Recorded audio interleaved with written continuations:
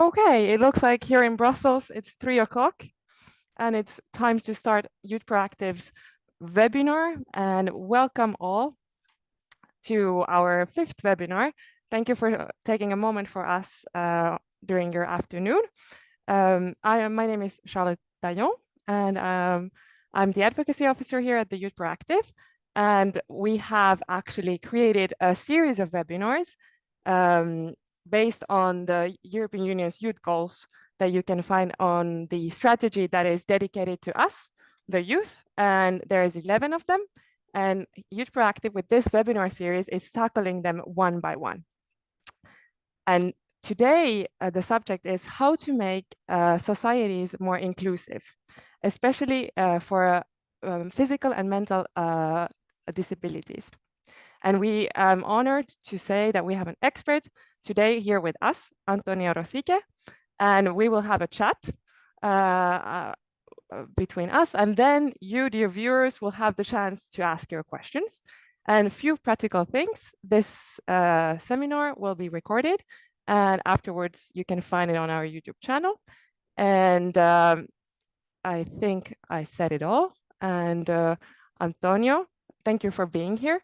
If we could start with you introducing a bit who you are and the organization you come from and the work you do. Thank you for being here. Hello everyone.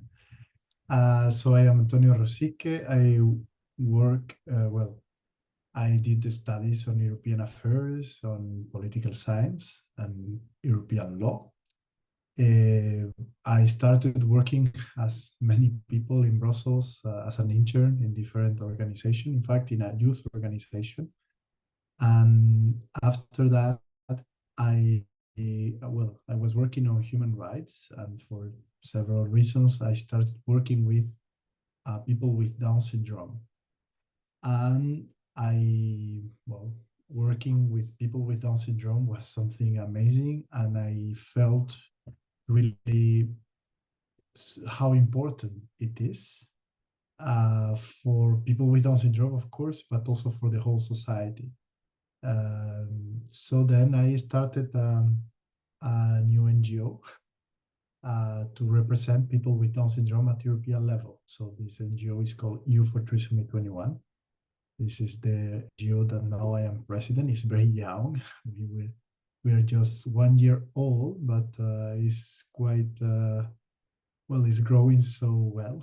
We have more than 10 countries already. So it's because this is something that is quite needed at European level. So yes, even though I don't have any link personal or familial with people with Down syndrome, I really like it to work on this issue, as I said, because it's very important for the whole society. When I say this, you are trying to create with this webinar also inclusive societies, you said. I believe people with Down syndrome are a little bit the tip of the iceberg of an inclusive society, in fact. When you have an inclusive society, you could measure it, how people with Down syndrome are integrated in the society. Because some of the times they are the most difficult to integrate, are the most discriminated, in fact, among everyone. If you have people with intellectual disabilities integrated in your society, most of the time there is no problem with migrants, with all kind of races or any kind of type of people that could be discriminated in the society. Because, when you can, there is, in French we say, ce qui peut le plus peut le moins. So when you can do the higher, you can do all the others also. So that's why I believe our work is very important, not only for people with disabilities, but really for creating a whole inclusive society in general. Indeed, it is the whole society's work, and it's something that we create together. And first of all, congratulations for first year and making it. And actually, my first question to you would be, just a minute. Up. So what are the key challenges that individuals with physical and mental disabilities are actually facing day to day in this society, and what are the key ways that we can address them? Yes. Well, today I can say there are one of the big issues for people with disabilities, especially for people with intellectual disabilities, is the lack of visibility. Mm-hmm. In fact, probably you know, well, it's happening for many people in our society today. Don't know people with disability, in fact, because they are a little bit in the side of the society. In fact, that is the contrary of inclusiveness.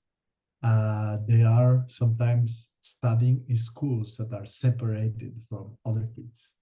They don't have many employments. So then we don't know them. We don't know people. We are not friends with them. So this is, yeah, it's very sad. So this is one of the most important problems, because when you speak politically or uh, rationally with whoever about the rights of people with disabilities, everyone agrees. So there is no disagreement on that. All political parties, all ideologies agrees, okay, we have to do more for people with disabilities. We have to integrate them on the society. But most of the time, the big problem is as we don't see them, we don't know them, they are very invisible. We don't know what is happening to them. And then, of course, it's very difficult to get to the priorities of the political agenda. That is, well, that is one of the reasons of the creation of our NGO, because, well, people with Down syndrome are not very often in the European Parliament, at the European institutions. So we are, since we started, we are bringing them to the Parliament, bringing them to speak with members of the Parliament. So it's, yeah, I think is an interesting way to do it. The visibility, because I believe they are their best advocates themselves. When you speak with people with disabilities, well, first you just understand that it's just normal. There is nothing weird or strange, and that's as it should be. That is as it should be. Well, I remember in my class, in my school, we had the chance to have a person with an intellectual disability, and this person, well, I could maybe say we were cruel to him, but it's not true. We were kids, we were playing normally as we were playing with anyone else. I mean, if I look it from an outside, I would say, oh, we're laughing at him. Yeah, we're laughing at him, but we're laughing at the other guy, and he was laughing with us. So I don't know, we're just doing jokes all together. They were laughing at me, and then, so that's the point. This guy was just integrated because he was just another one in the class. Normally, we were not treating him better than anyone else. We're just treating him equally. Of course, we have to take care that there is no excess on the equality, maybe, but because if it is mistreatment, but what the meaning is, yeah, the visibility. Yeah, through visibility, we can just make everything much more normal. You just don't need to do it so theoretical, so strange, just because it's a friend of yours, so you just can integrate it very easily. I think that is the biggest challenge that we have is the visibility. Uh, uh, we also have, of course, discrimination. Mm-hmm. I do believe most of the discrimination is coming from the lack of visibility, as people don't know there is a stigma because people is afraid from the things that they don't know. So as they don't know people with disabilities, they are afraid of it. This happened a lot. They are afraid. They think this is too complicated, or this is, for instance, uh, there is a big problem of employment for people with disabilities. People with disabilities have, I think they have 25% less employment. So 25% more of unemployment than other people. People with intellectual disabilities is much bigger, is 75% more unemployment. And a lot of times is also because of people is afraid and say, okay, if we hire a person with a disability, what we will do? Are we ready? Can we do it? Well, we just apply for a European program trying to work with businesses for employing people with disabilities. And one of the big parts of this project is to train businesses to not be afraid. Just to tell them, okay, this is going to be okay. You can just do it. And yeah, and most of the time that's the truth. Is there is really not a reason that people with disabilities cannot do so many jobs that exist. Mm-hmm.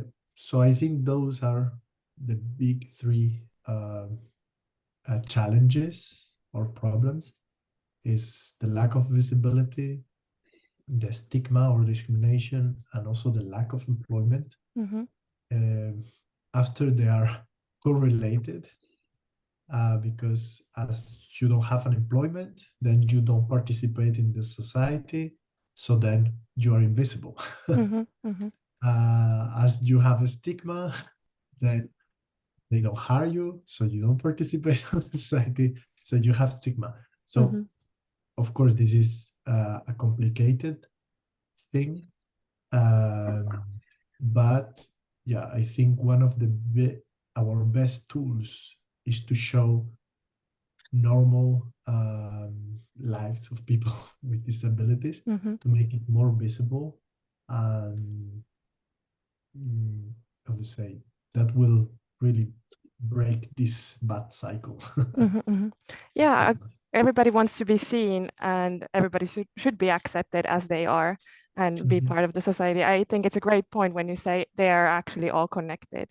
Yeah. It's an issue that is just one big circle that needs each other.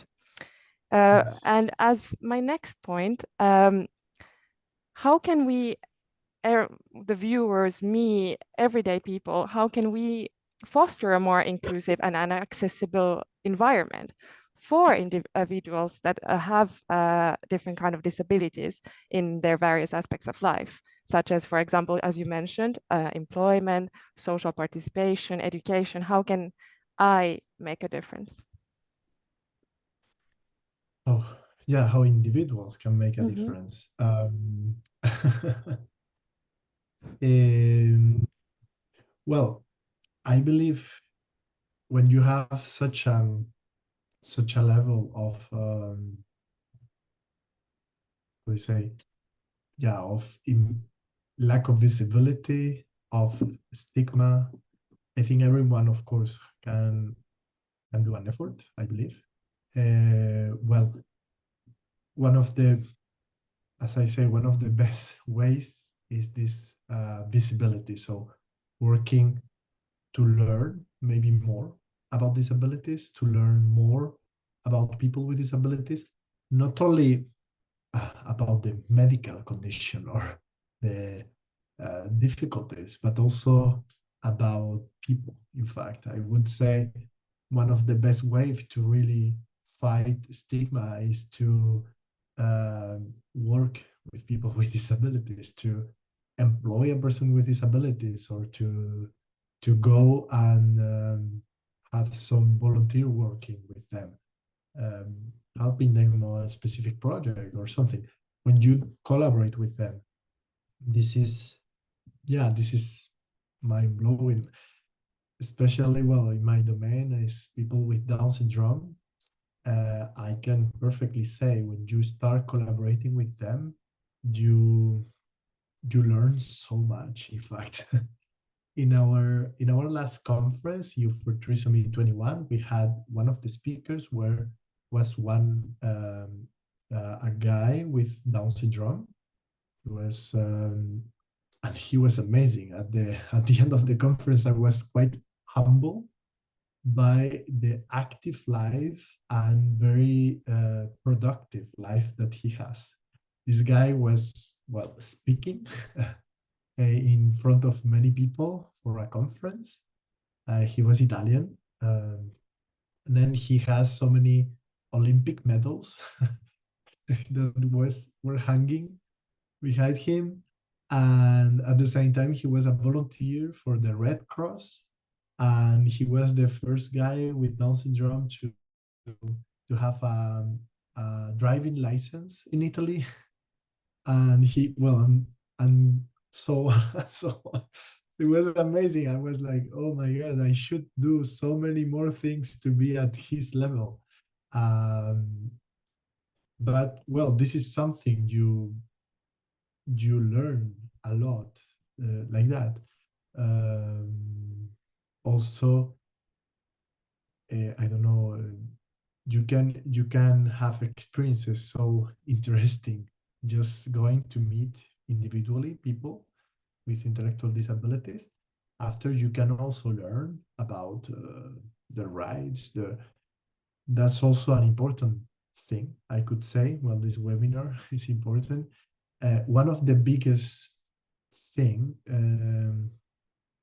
one of the biggest problems that we have to fight disability or any kind of discrimination in general, this is called the internalization of discrimination. So when there is a discrimination, the problem is this is happening in the society all the time. So people that are discriminated, they don't feel it because they think it's normal. Because everyone think it's normal. So even the people that is discriminated think it's normal. Okay. One example of this internalization, I did some research about in the European in the Court of Justice of the European Union, so in Luxembourg. Normally they are fighting equality, and there are many cases, for instance, in cases of gender equality, but I was searching for disability and intellectual disabilities concretely.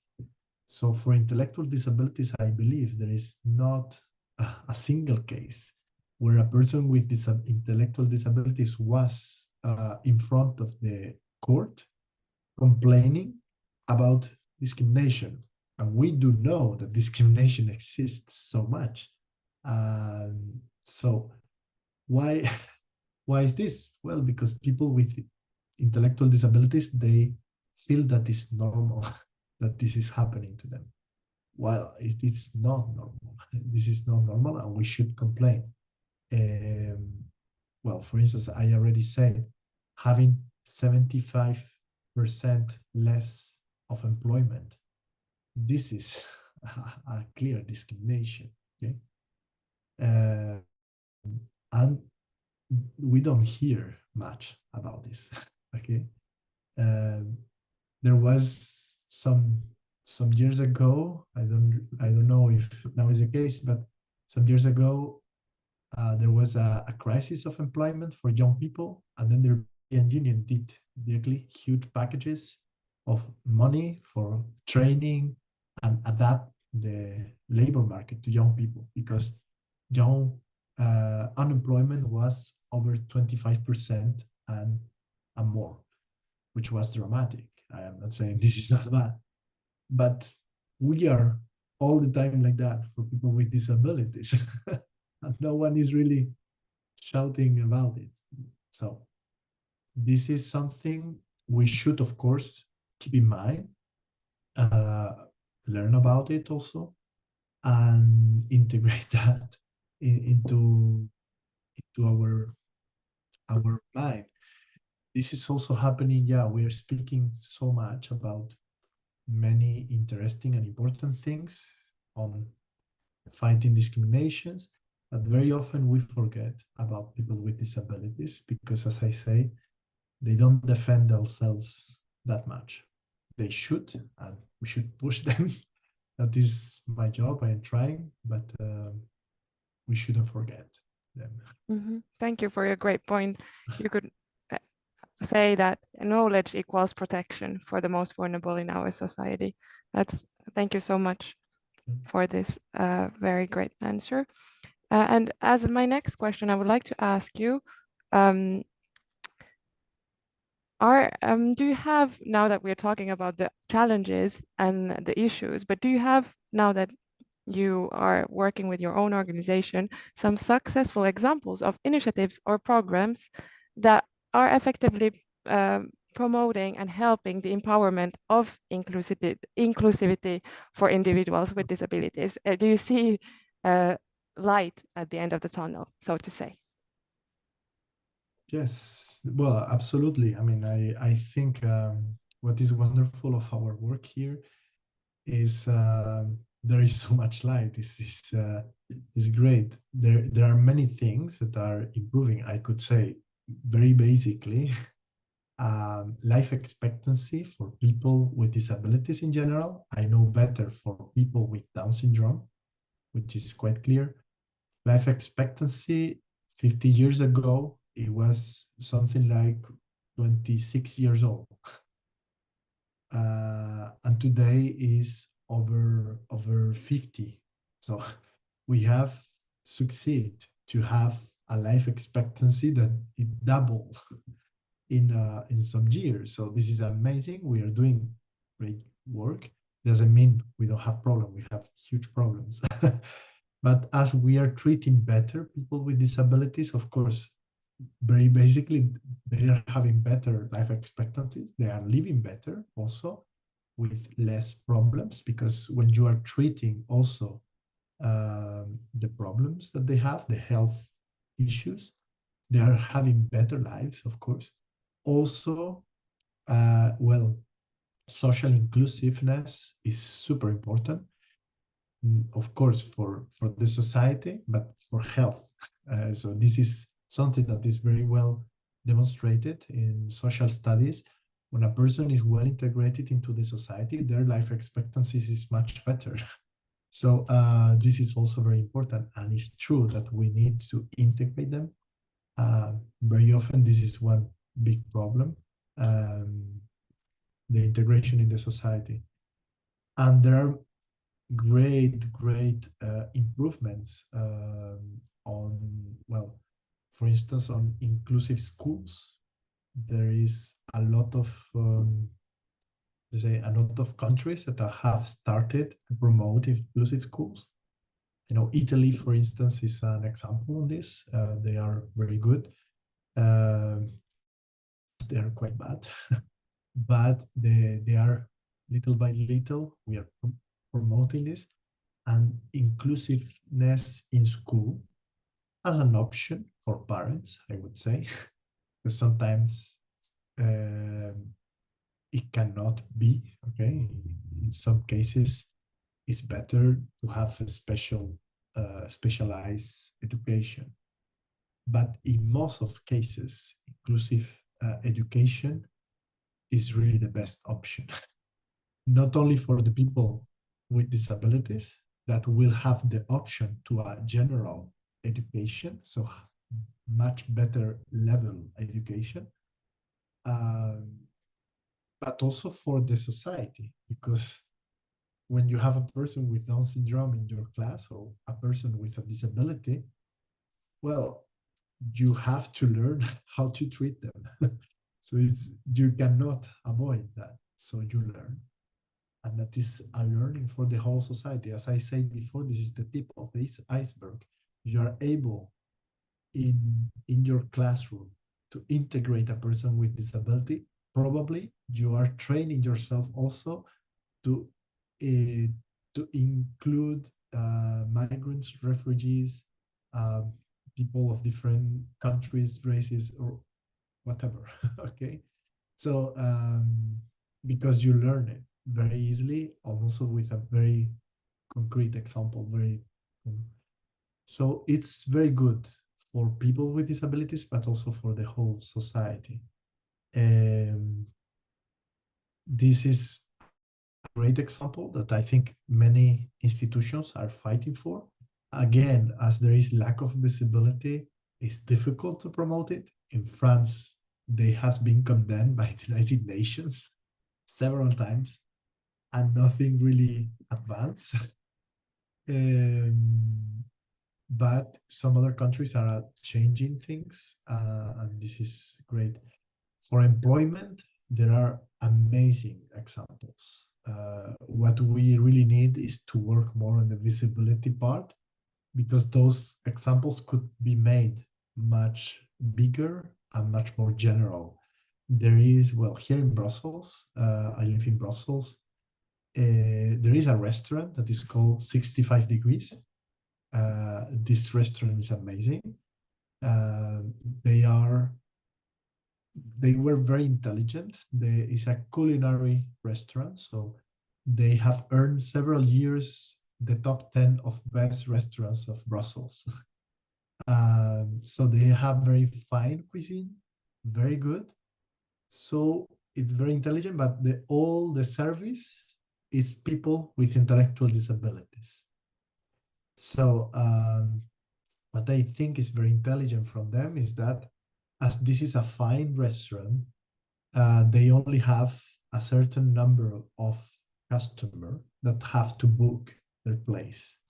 So there is no stress as there are in other type of restaurants. So it's all about the environment. So they are very smiling. They train them to be very good waiters. So they smile very well, and they welcome them very well. They give all the humanity that they have, and they excel at that. So in fact, that is why this restaurant is among one of the best of Brussels, because people, of course, the food is very good. They have a very good chef, but also because people appreciate the experience of being there, because they feel very welcome and very well treated. But there is another one. I mean, they are very intelligent. So this is how putting your intelligence at the service of them, of the people with disabilities, you can create something. It is amazing. There is another one, restaurant in Brussels, but this is it's more like a how do you call it? It's like a cafe with small restoration service, but this is a chain. So McDonald's, well, a little bit less. It's called Café Joyeux.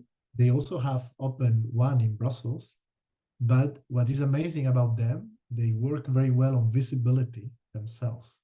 And they have restaurants in Paris, in Lisbon, in New York, I believe.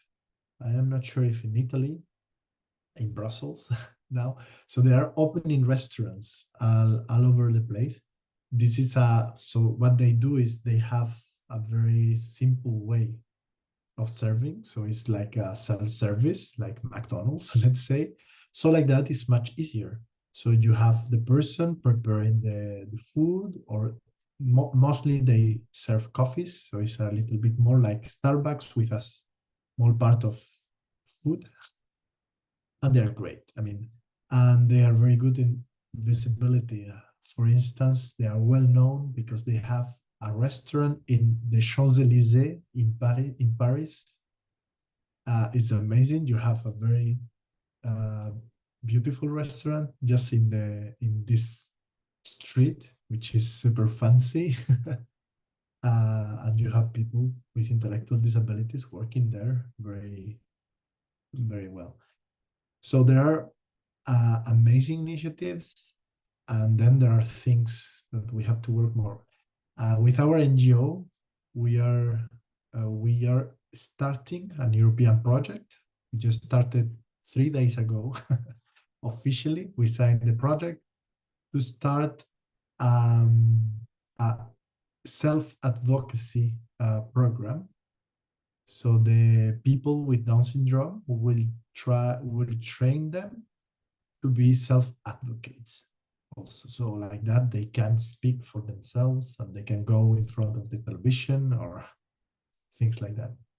Well, this is another example. I don't know if we will succeed, but we are doing this also because there are people in countries that are doing this very well. So now we are trying to copy them at European level and to transmit this everywhere. What is needed, I believe, is of course more support from the government. So these things that are individuals working hard and doing great things, putting them everywhere and helping them to make it, how do you say, scalatable, make it bigger. Because if, for instance, if you would have restaurants all over the country with some state support, that you could have people with disabilities working in them. Well, of course, this is a great solution. I wouldn't say it's the best. I prefer to have people with disabilities working in a normal environment, but a protected environment is a first step. It's called a protected environment. So when you have a special organization that create a protected environment, so like that people with disabilities can work within it. There are also great examples of people with disabilities working inside normal enterprises. And I think that is the next step. From my point of view, there should be some kind of obligation from the state, depending on how big an institution is. Because, well, there are very small institutions, I mean, very small businesses or NGOs hiring people with disabilities. They are doing a big effort. And sometimes you have, I don't know, Google or big enterprises that they don't hire anyone, while in fact it's not very difficult for them to find positions that can be perfectly fulfilled by people with intellectual disabilities.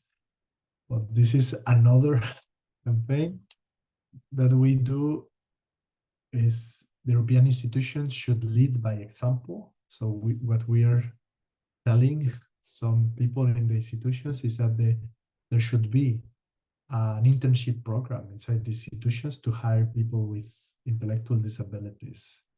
So like that, we can show that this is possible, that there is no problem. And then, of course, push for other businesses to do the same. So, but this is happening more and more.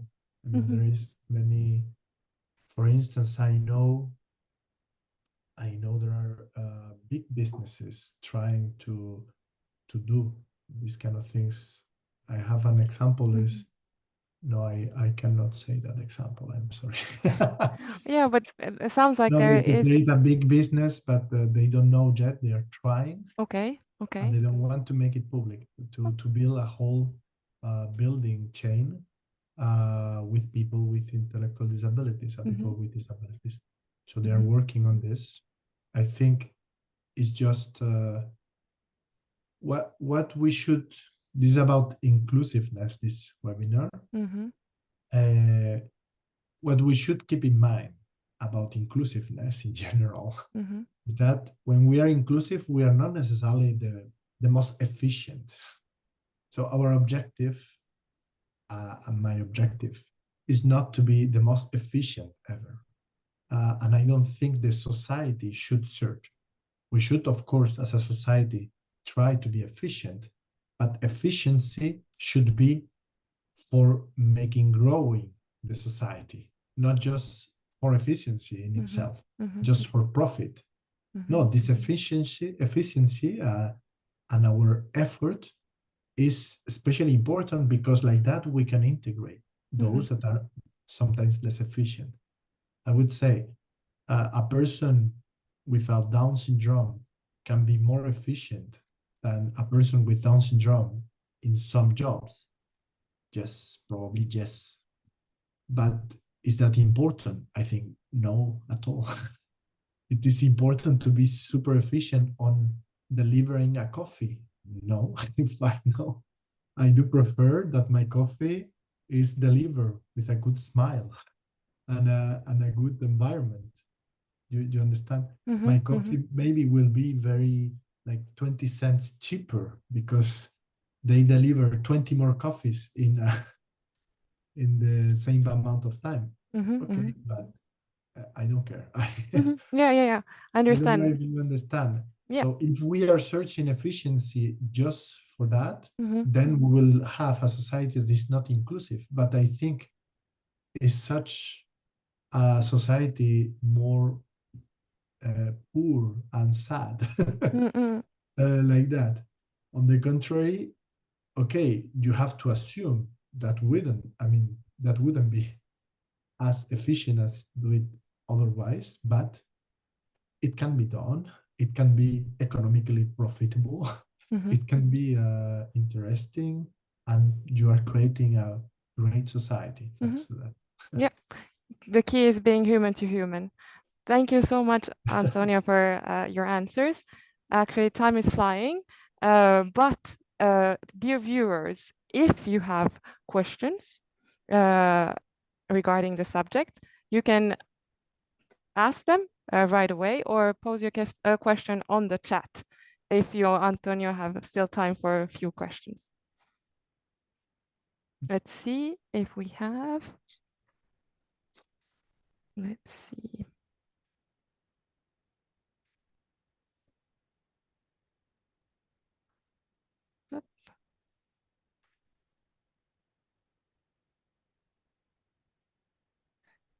There is a first question. What drew you to your field of work? What was the initial spark in you? The initial spark. I was always working for human rights. From the very beginning. I started studying political science, and my objective was really to work to defend the human rights of the most vulnerable. And then in my first job, I was working with human rights. I had quite a scope of freedom what topic, because we could have work on so many topics. We're working, for instance, on immigration or human rights in Africa or things like that. But then I had a friend that was a person with Down syndrome and her family. And then, I don't know, this idea came to my mind to do something in the European Parliament about it. In fact, I started celebrating the World Down Syndrome Day. We organize a big event. There is a funny way. Is the World Down Syndrome Day is the 21st of March. So Down syndrome medically is known as trisomy 21.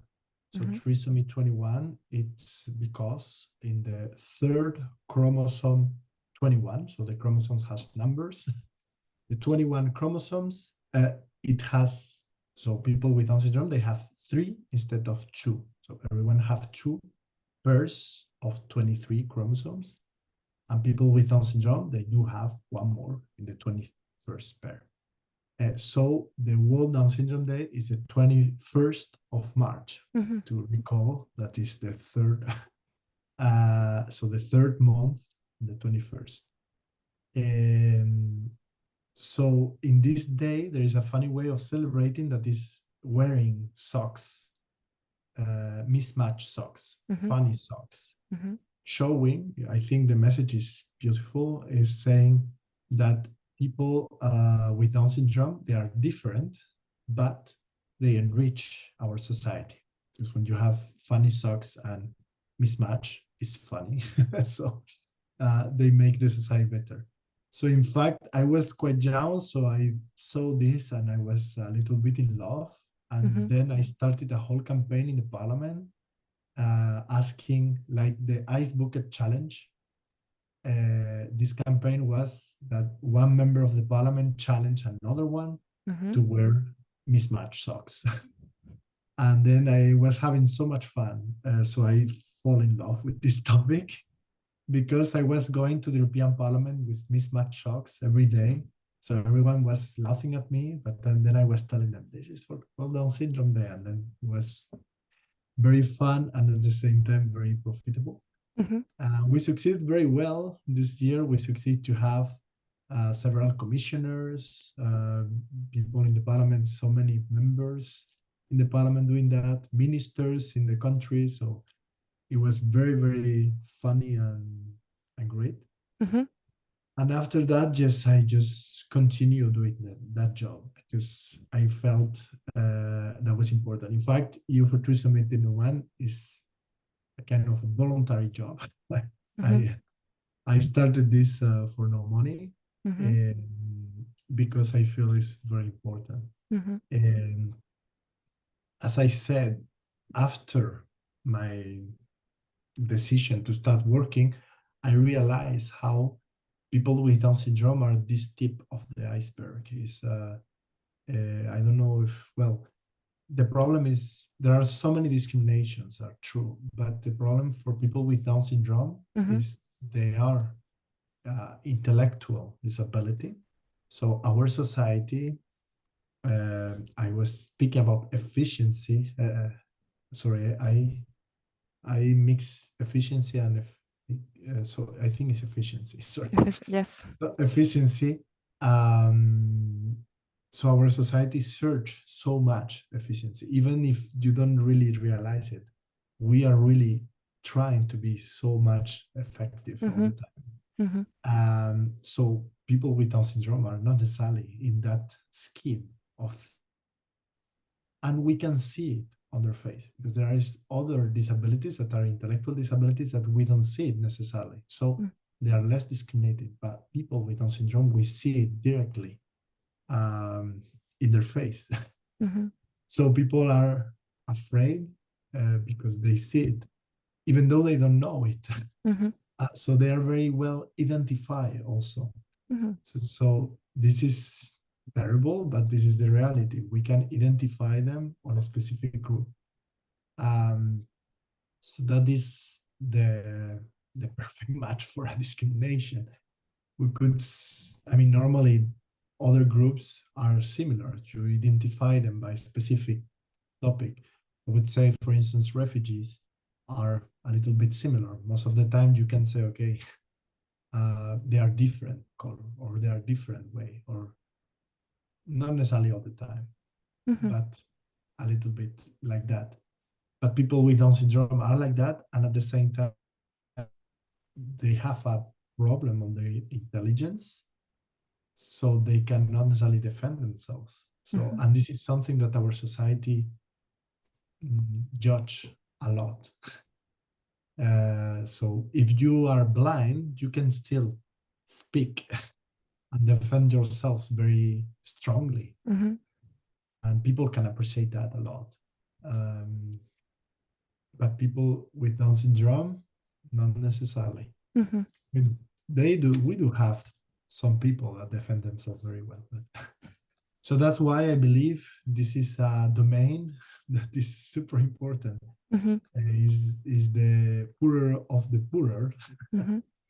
So I feel this call to do it, and I think it is important not only for us, but it's really for the whole society. Thank you for your work for the most vulnerable. Actually, we have another question in the chat. Just a moment.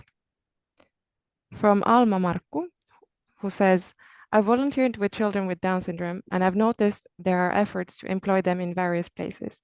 However, there seems to be a gap in support for individuals with Down syndrome beyond the ages of 16 to 18. What options or initiatives could help address this gap and provide meaningful opportunities for them as they transition into adulthood? Yes. Yes, this is a big issue. Well, it depends on which countries, but there is a gap normally between, let's say, childhood or teenagers and adulthood, because there is schools and support in education, and then after we just forget about them. We don't forget about them, or we don't necessarily train them for a job, because, as I said, one big problem is many times they are in special institutions or special schools.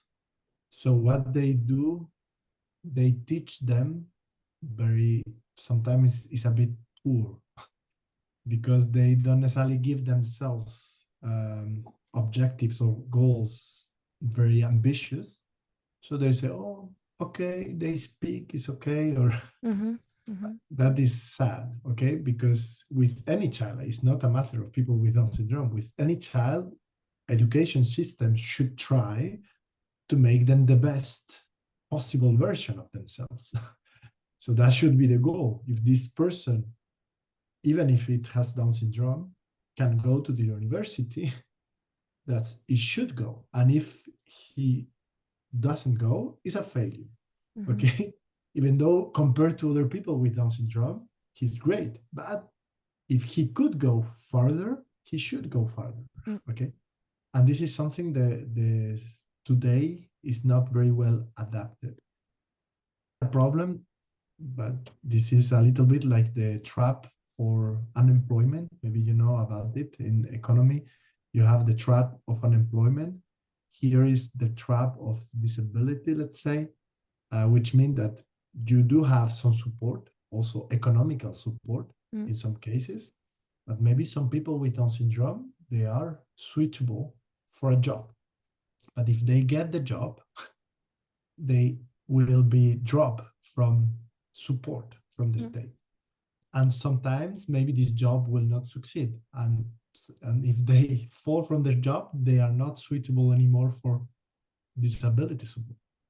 So this is, of course, is a big risk that they will take, knowing the employment market for people with disabilities. And also some people, yeah, they don't want to risk it. So it exists a lot of people with disabilities that work without being paid, because they do like to work, they are able to work, but they believe that they will not make enough money to compensate the thing that they will lose. So then they do it just for free, which is absurd. So we need systems that are much more flexible and adapted to people, to every individual, in fact. Because, for instance, some individuals with Down syndrome, they could work perfectly, but only part-time, okay? Or only less time. They could do a work in a normal place, but they could only work 1 day a week because it's too much. Only a few hours every day. But for them, is amazing, because that gives them so much, would say, they understand dignity much better also. When you work, you feel that you contribute to the society. And in fact, you could reduce their disability allowances, let's say, by some amount, but at the same time, they are working. So they should feel that it's served for something. So they should earn some money still on top of their allowance. So like that, it pushed them to work. It stimulated them, because, yeah, this is typical trap, like on unemployment, that you don't want to work because you will be at risk or not having enough money. well, people with disabilities happen very often because, well, they're much more often working part-time or jobs that are not paying very much. So if you work a job in a place that don't pay a lot, and there is a problem, and it could be a problem, and you are fired, then you are in big trouble. For instance, or well, in some cases it can be really not possible. For instance, because um, you do have support that is very expensive. Let's say a wheelchair and some. So, for instance, in Belgium, we have very bad streets. So a person with wheelchair will never be able to drive through the streets. So they do have taxi services because they are necessary. So people with wheelchairs will have some services of taxis. What happens if I get a job and then my taxi service is not paid by the state anymore? Well, this is huge amount of money that I cannot pay. So even in a normal situation, if I get a good job, I will have much more expenses than other people. So that is something that they have to calculate. There is a new initiative now that is called at European level, is the European Disability Card. I hope this would attack this problem, because a lot of time one of the problem is this recognition of the disability by the state. So this card should have a recognition by all the states, a kind of standardize and simplify. Because also, yeah, that's another problem, is that when a person with disability, most of the time they do have a right to some support and to some things like that. But the problem is they do have to fill so many papers to get it. And many people don't know how to do it. Okay, I know many people that could get, I don't know, a wheelchair for free, but you have to fill so many papers and they don't know. For instance, when there is this cross, what do you call it? The discrimination can be, I don't know the word now. Cross discrimination, no, sorry, that's not the word. So when you have several types of discrimination accumulated, or this happen a lot with refugees or immigrants in Brussels, they do have a child with disabilities, and after they have rights to support, economical support, things like that. But as they don't speak the language, they are not able to fill the papers correctly. So they don't get the support. So they are poorer. So they were poor because they have a disadvantage, and then they are poorer because they have a second disadvantage. Yeah. So it's cross-sectional disabilities. Yeah. Intersectional disabilities. Discrimination. Discrimination. Yeah. Intersectional discrimination. Thank you so much, Antonio, for being our expert and for these answers. It has been very insightful. Unfortunately, we are running out of time, but thank you for being Youth Proactive expert today. Thank you for all the viewers. Thank you for your questions. And most importantly, thank you for your very crucial and important work. And I hope to see you all. Oh, actually, we have a question here.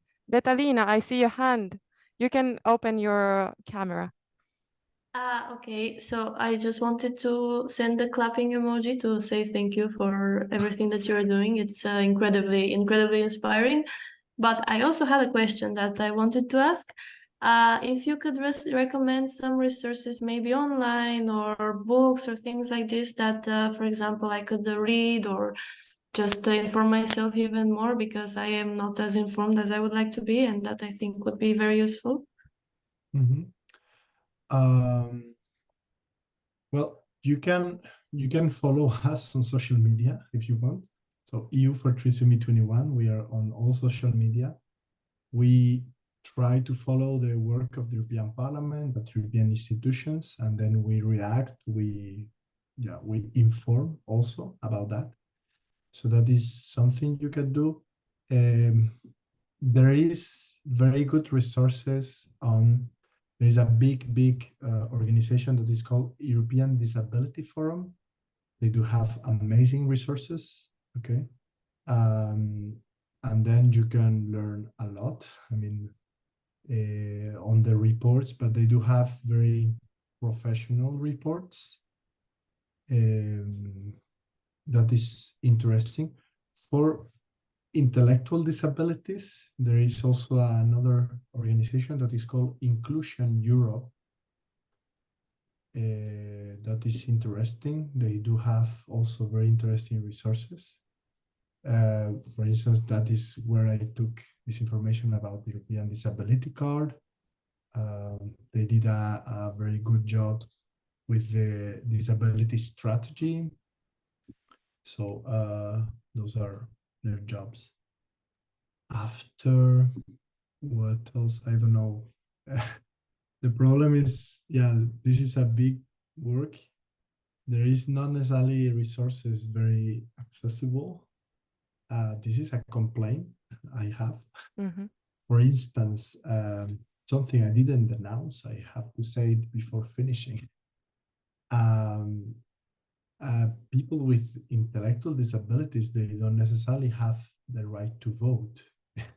So now we are fighting. The European Parliament has requested that, but not all the countries accept it.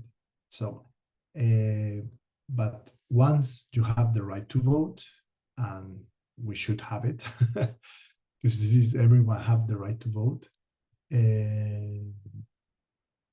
then you have to know how. So you need resources to explain you what is to vote, how to vote, what are the parties, or things like that. So these are easy resources on the rights of people with disabilities. We are lacking a lot of it. But well, European Disability Forum and Inclusion Europe have some, and then we are creating them little by little. So if you follow us, you can see some. Thank you very much for the answer. Thank you so much for your question and your answer. This is a great start to look for more information. Well, thank you so much for all of you, and I wish you guys a great day. Thank you so much. See you soon. Bye. Bye. Thank you so much, Antonio. Bye, see you. Thank you. Thank you. Bye, Goodbye. thank you.